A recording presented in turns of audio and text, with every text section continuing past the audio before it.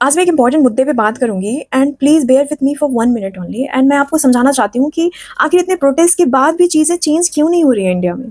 Gen Z protest हुआ exam reform को लेके, उनकी डिमांड्स थी पेपर लीक नहीं होना चाहिए, सारी चीज़ें डिलेज जो हो रही है एग्जाम में, इरेगुलरिटी एंड जो ट्रस्ट खत्म हुआ है बच्चों का। और हमारे एजुकेशन मिनिस्टर ने रिजाइन कर दिया। तो मेरा क्वेश्चन ये है, क्या प्रॉब्लम सॉल्व हो गई? एक पॉलिटिकल लीडर के रिजाइन करने से क्या ये सारी प्रॉब्लम सॉल्व हो गई? नहीं, क्योंकि प्रॉब्लम एजुकेशन मिनिस्टर का नहीं है, प्रॉब्लम पूरे सिस्टम का है, ऊपर से लेके नीचे तक। और सिस्टम को कौन चलाता है? स्ट्रॉन्ग इंस्टीट्यूशन एंड ब्यूरोक्रेट्स चलाते हैं।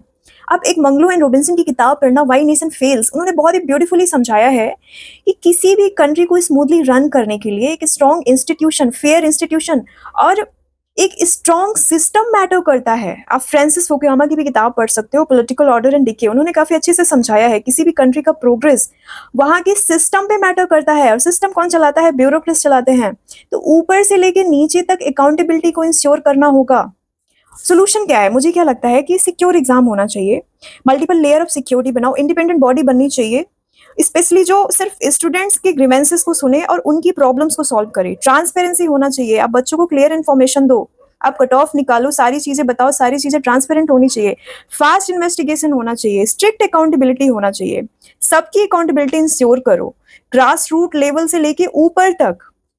और लास्ट में मैं बस इतना बोलना चाहती हूँ, किसी भी कंट्री में कोई रिफॉर्म लाना है ना, तो सिर्फ प्रोटेस्ट से नहीं होगा, सिस्टम को चेंज करना बहुत ज्यादा जरूरी है।